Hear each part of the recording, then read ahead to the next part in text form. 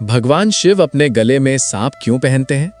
नमस्कार मित्रों, ये कहानी उस समय की है जब महादेव, जो तीनों लोकों के स्वामी और महाकाल हैं, ने अपने गले में एक सांप को आभूषण की तरह धारण किया।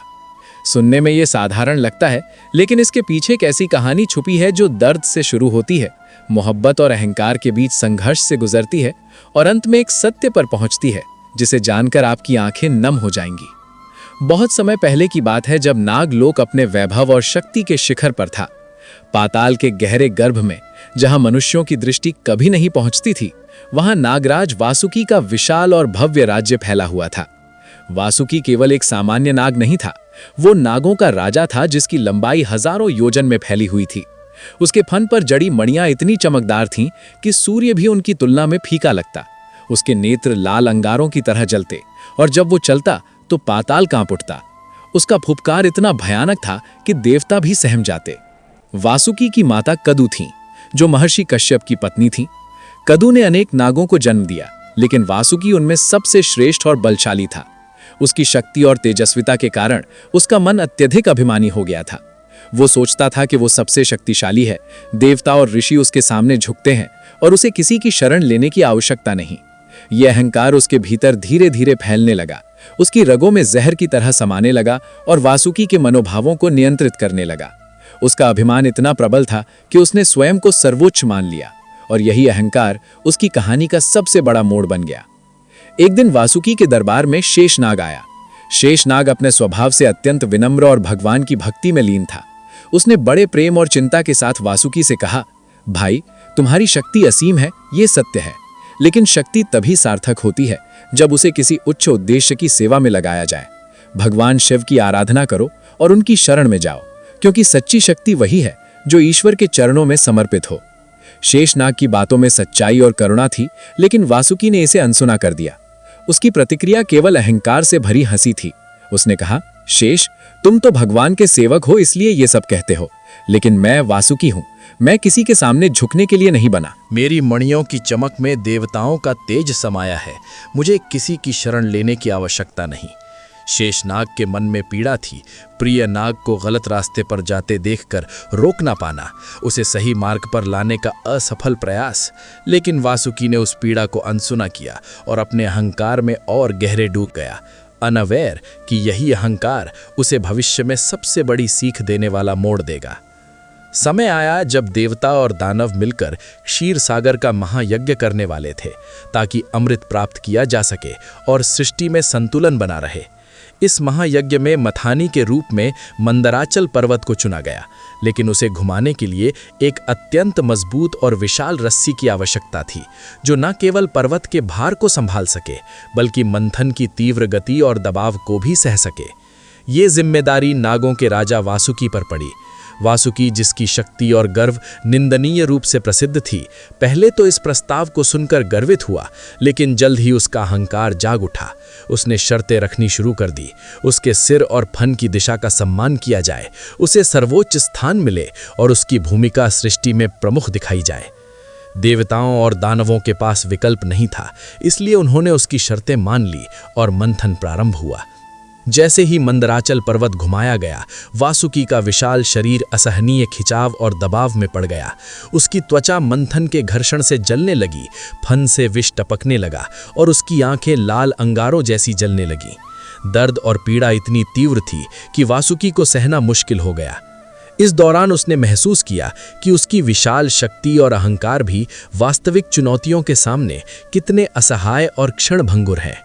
यही क्षण वासुकी के लिए आत्ममंथन और आत्म साक्षात्कार का था, जब उसने अपने अहंकार, गर्व और शक्ति की वास्तविक सीमाओं को जाना और समझा कि केवल विनम्रता, समर्पण और साहस ही सच्चे संकटों में मददगार होते हैं। मंथन के दौरान क्षीर सागर से हलाहल नामक विष प्रकट हुआ, जो अपनी तीव्रता और घातक शक्ति में इतना प्रचंड था कि वो पूरे ब्रह्मांड को एक ही क्षण में नष्ट कर सकता था। देवता, दानव, ऋषि मुनि और सृष्टि के सभी जीव इस विष की भयंकरता से डर और भय में डूब गए। इस अत्यंत संकटपूर्ण स्थिति को देखकर माता पार्वती ने भगवान शिव को चेताया, लेकिन महादेव ने निडरता और सच्ची करुणा के साथ विष को अपने हाथों में उठा लिया। उन्होंने उसे निगलने की बजाय अपने गले में रोक लिया, जिससे उनके कंठ का रंग नीला पड़ गया और इसी कारण उन्हें नीलकंठ कहा जाता है। इस अद्भुत कार्य के माध्यम से शिव ने न केवल पूरी सृष्टि को विनाश से बचाया, बल्कि यह भी दर्शाया कि सच्ची भक्ति, करुणा और महाकाल रूप में सृष्टि रक्षक होने की शक्ति में स्वार्थ, शर्त या अपेक्षा का कोई स्थान नहीं होता। विष को अपने गले में धारण करना केवल एक साहसिक कार्य नहीं था, बल्कि ये उनके नश्वर और असंगठित संसार पर नियंत्रण, मृत्यु और भय पर विजय और सच्ची महाकाल शक्ति का प्रतीक बन गया। इस घटना से यह स्पष्ट होता है कि जो व्यक्ति भय और संकट से न डरता है, वह न केवल अपने जीवन को पूर्ण और संतुलित रूप से जी सकता है, बल्कि दूसरों के लिए भी जीवन रक्षक और प्रेरणादायक बन सकता है। वासुकी ने जब देखा कि भगवान शिव ने बिना किसी स्वार्थ, अहंकार या लालच के विष अपने गले में धारण किया, तो उसके भीतर का घमंड और अभिमान धीरे धीरे टूट गया। वर्षों से जो अहंकार और शक्ति का गर्व उसके मन में पला था, वह अचानक उसे स्पष्ट रूप से दिखाई देने लगा। उसे अपने लालच, अहंकार और पिछले पापों का गहरा एहसास हुआ और उसने अपने किए गए अपराधों के लिए अत्यंत पश्चाताप किया। अश्रुओं के साथ वह शिव के चरणों में समर्पित हुआ और अपने भीतर का अहंकार त्यागने का संकल्प लिया। भगवान शिव ने उसे यह सिखाया कि सच्चा मार्ग पश्चाताप और आत्मसुधार का है और किसी को क्षमा की आवश्यकता तब होती है जब वह अपने मन और व्यवहार में वास्तविक परिवर्तन लाए। शिव ने वासुकी को केवल क्षमा ही नहीं दी, बल्कि उसे सम्मान स्वरूप अपने गले में धारण कर आभूषण बना दिया, यह दर्शाने के लिए कि पश्चाताप और विनम्रता ही वास्तविक महानता का मार्ग है। इस अद्भुत अनुभव के बाद वासुकी अब पूरी तरह विनम्र और शांत हो गया। उसकी शक्ति बनी रही, लेकिन अहंकार पूरी तरह समाप्त हो गया। नागलोक में उसका तेज अब केवल भौतिक शक्ति का प्रतीक नहीं रहा, बल्कि विनम्रता, करुणा, आस्था और आत्म साक्षात्कार का प्रतीक बन गया।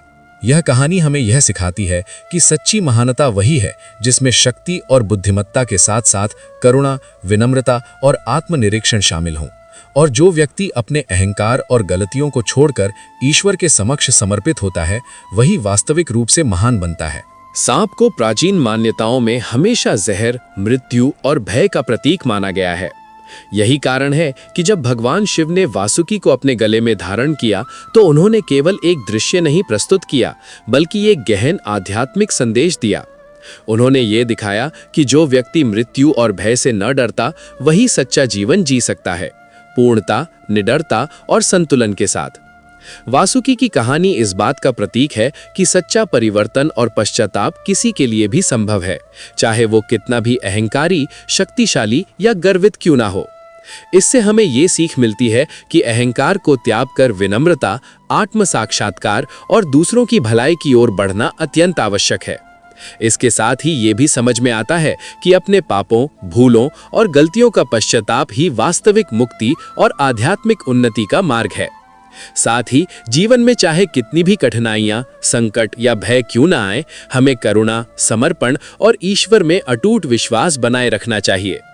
वासुकी का अनुभव और उसके परिवर्तन से ये स्पष्ट होता है कि जो व्यक्ति अपनी गलतियों को स्वीकार करता है और अपने अहंकार को त्यागता है, वो न केवल शिव के स्नेह और संरक्षण का पात्र बनता है, बल्कि उसके जीवन में स्थिरता, शांति और वास्तविक शक्ति का संचार होता है।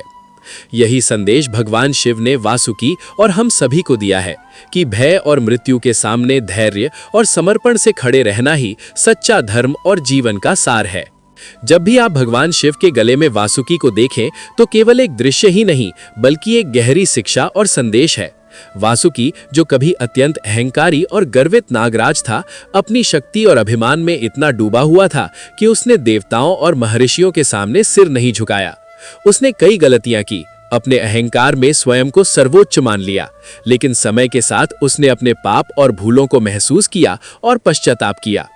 यही वासुकी की कहानी हमें ये सिखाती है कि चाहे कोई कितना भी शक्तिशाली या अहंकारी क्यों ना हो, सच्चा परिवर्तन और विनम्रता हमेशा संभव है।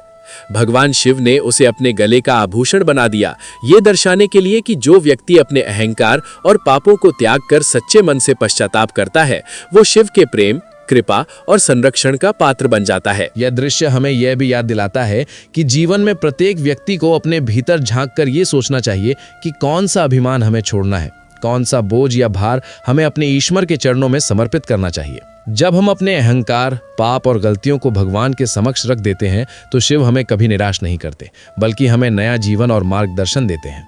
ये कहानी हमें यह भी सिखाती है कि विनम्रता, करुणा और समर्पण ही वास्तविक शक्ति हैं। और कठिन परिस्थितियों में भी जब हम अपने मन को शिव के चरणों में लगाते हैं तो हर बाधा, डर और भय दूर हो सकता है। इस प्रकार वासुकी का गले में होना केवल उसका परिवर्तन नहीं, बल्कि हर आत्मा के लिए प्रेरणा और जीवन में आत्मनिरीक्षण करने का संदेश है। यही भगवान शिव की महानता है, जो अपने भक्त के पश्चाताप और परिवर्तन को स्वीकार कर उसे नई शुरुआत का अवसर देते हैं। हर हर महादेव, ओम नमः शिवाय। कहानी का निष्कर्ष ये है कि भगवान शिव का अपने गले में वासुकी को धारण करना केवल एक दृश्य नहीं, बल्कि एक गहरा आध्यात्मिक और जीवन शिक्षाप्रद संदेश है। वासुकी, जो कभी अत्यंत अहंकारी, गर्वित और शक्तिशाली नागराज था, अपने अभिमान और गलतियों में डूबा हुआ था, लेकिन उसने अपने पाप और अहंकार को समझा और सच्चे मन से पश्चाताप किया।